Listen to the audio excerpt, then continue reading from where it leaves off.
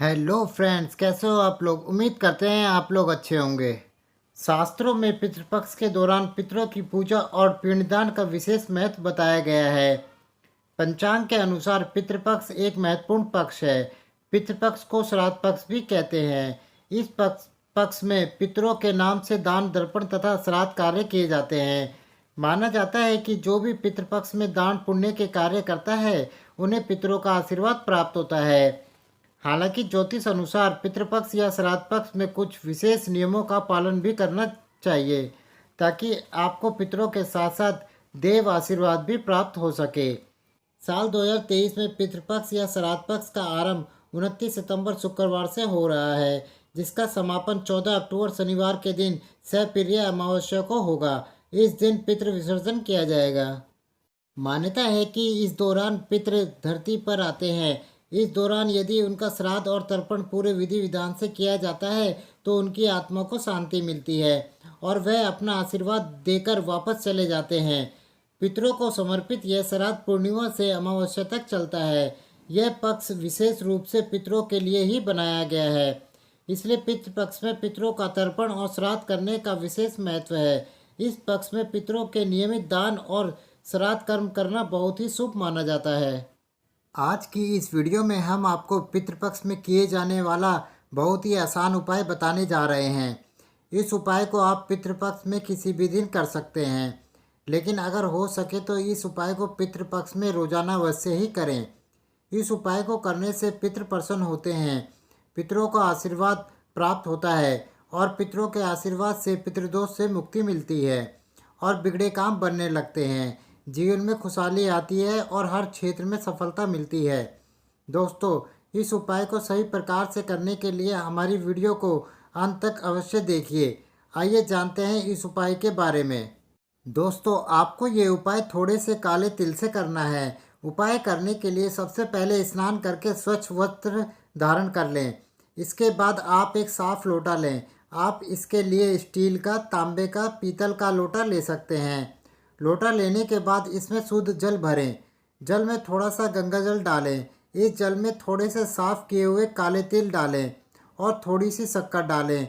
अगर आपके पास कुसा हो, कुसा की घास, तो थोड़ी सी कुसा की घास भी इसमें अवश्य डालें। अब आपका जल का लोटा तैयार हो गया है।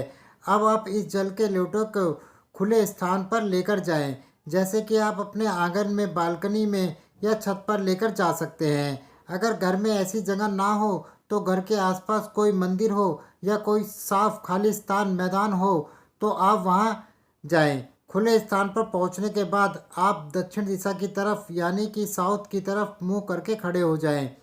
दोस्तों, आपको ऐसे खड़ा होना है कि आपका मुख साउथ की तरफ होना चाहिए, यानी कि दक्षिण की तरफ, और आपकी पीठ उत्तर दिशा की ओर होनी चाहिए।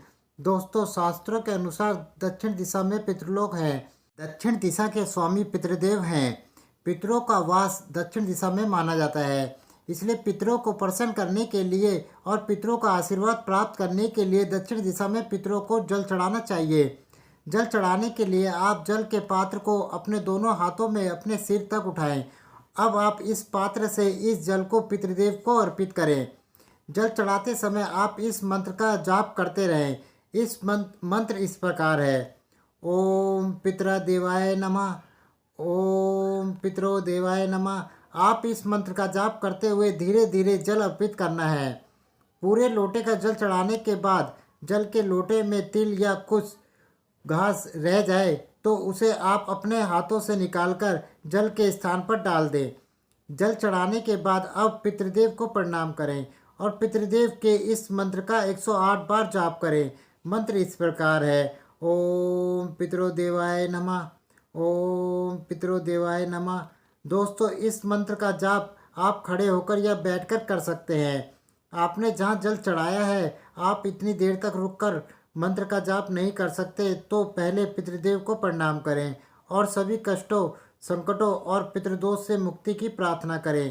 प्रार्थना करने के पश्चात अब आप अपने घर पर किसी साफ स्थान पर बैठकर दक्षिण दिशा की तरफ मुख मुख करके इस मंत्र का 108 बार जाप कर सकते हैं। दोस्तों, अगर आपके यहाँ जल चढ़ाने के लिए खुला स्थान नहीं है, कोई ऐसी जगह नहीं है जहाँ पर आप जल चढ़ा सकें, तो आप एक पात्र में किसी खुले स्थान पर दक्षिण दिशा की तरफ मुँह करके खड़े हो जाएं और उस पात्र पर आप जल चढ़ा लें। पात्र में जल चढ़ाने के बाद आप पात्र के जल को किसी साफ स्थान पर लगे हुए पेड़ पौधे की जड़ में डाल दें। दोस्तों, जल चढ़ाते समय इस बात का ध्यान रखें कि पितरों को जल अर्पित किया है उस जल पर पैर ना रखें। जल चढ़ाते समय अगर पैरों पर छींटे आ जाएं तो उससे दोष नहीं लगता, लेकिन चढ़ाए हुए जल पर चलना नहीं चाहिए। इस उपाय को परिवार के सभी सदस्य कर सकते हैं। इस उपाय को महिलाएं कन्या भी कर सकती हैं, लेकिन ध्यान रखें कि पीरियड के दौरान आप इस उपाय को ना करें। दोस्तों, पितरों की प्रसन्नता के लिए पितृ पक्ष के दौरान रोजाना आप इस उपाय को जरूर करें।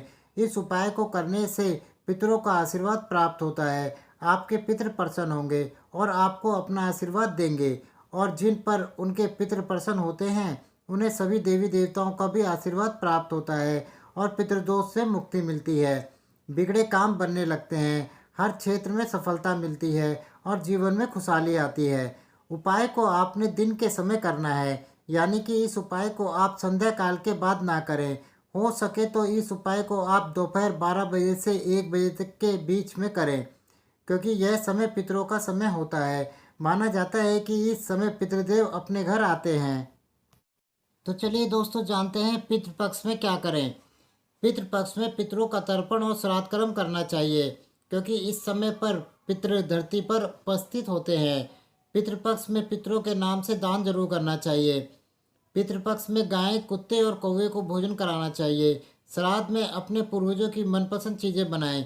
श्राद्ध के दिन ब्राह्मण को भोजन कराएं और दान करना चाहिए। शास्त्रों के अनुसार पितृपक्ष के दौरान घर का माहौल शांतिपूर्ण बनाए रखना चाहिए। पितृपक्ष के दौरान गंगा जल, गाय का दूध, शहद, कुसा और तिल का उपयोग करना चाहिए। पितृपक्ष के दौरान पितृ स्रोत का पाठ और पितृ गायत्री मंत्र आदि का जाप दक्षिण दिशा की ओर मुख करके करना चाहिए। पितृपक्ष में क्या ना करें। कहा जाता है कि पितृपक्ष के दौरान कोई भी शुभ या मंगल कार्य नहीं करना चाहिए, क्योंकि यह समय केवल पितरों की आत्मा की शांति और उन्हें प्रसन्न करने के लिए होता है। श्राद्ध पक्ष के दौरान मसूर की दाल, धतूरा, अलसी, कुल्थी की दाल का प्रयोग वर्जित बताया गया है। इस दौरान तामसिक भोजन भी ग्रहण नहीं करना चाहिए। मान्यता है कि इस दौरान पितृ किसी भी रूप में आकर भोग ग्रहण करते हैं। ऐसे में घर पर आए किसी भी जीव, व्यक्ति या जरूरतमंद का अपमान नहीं करना चाहिए। मान्यता है कि पितृपक्ष में कर्मकांड करने वाले व्यक्ति को बाल, नाखून और दाढ़ी नहीं बनवानी चाहिए। पितृपक्ष में पितरों का अपमान ना करें। पितृपक्ष में घर पर कलेश नहीं करना चाहिए। पितृपक्ष में कोई भी शुभ काम जैसे शादी, सगाई, मुंडन, गृह प्रवेश, घर के लिए महत्वपूर्ण चीज़ों की खरीदारी नहीं करनी चाहिए और ना ही वस्त्र खरीदने चाहिए। दोस्तों, पितृपक्ष में देवताओं की पूजा करें या ना करें। शास्त्रों में ऐसी मान्यता है कि देवी देवताओं की पूजा सुबह के समय की जाती है, वहीं पितृगणों की पूजा के लिए दोपहर का समय शुभ होता है। इसलिए पितृपक्ष के दौरान नियमित रूप से रोजाना की तरह ही देवी देवताओं की पूजा करनी चाहिए। दोस्तों, आपको हमारी यह वीडियो कैसी लगी हमें कमेंट में ज़रूर बताएं, और हाँ फ्रेंड्स, हमारी वीडियो को लाइक और चैनल को सब्सक्राइब करना ना भूलें। दोस्तों, अगर आपने हमारे चैनल को सब्सक्राइब नहीं किया है तो सब्सक्राइब कर लें और बेल आइकन पर क्लिक कर लें, ताकि हमारे आने वाली वीडियो का नोटिफिकेशन आपको मिल सके। दोस्तों, मिलते हैं अगली वीडियो में, तब तक के लिए good bye and thank you for watching my video.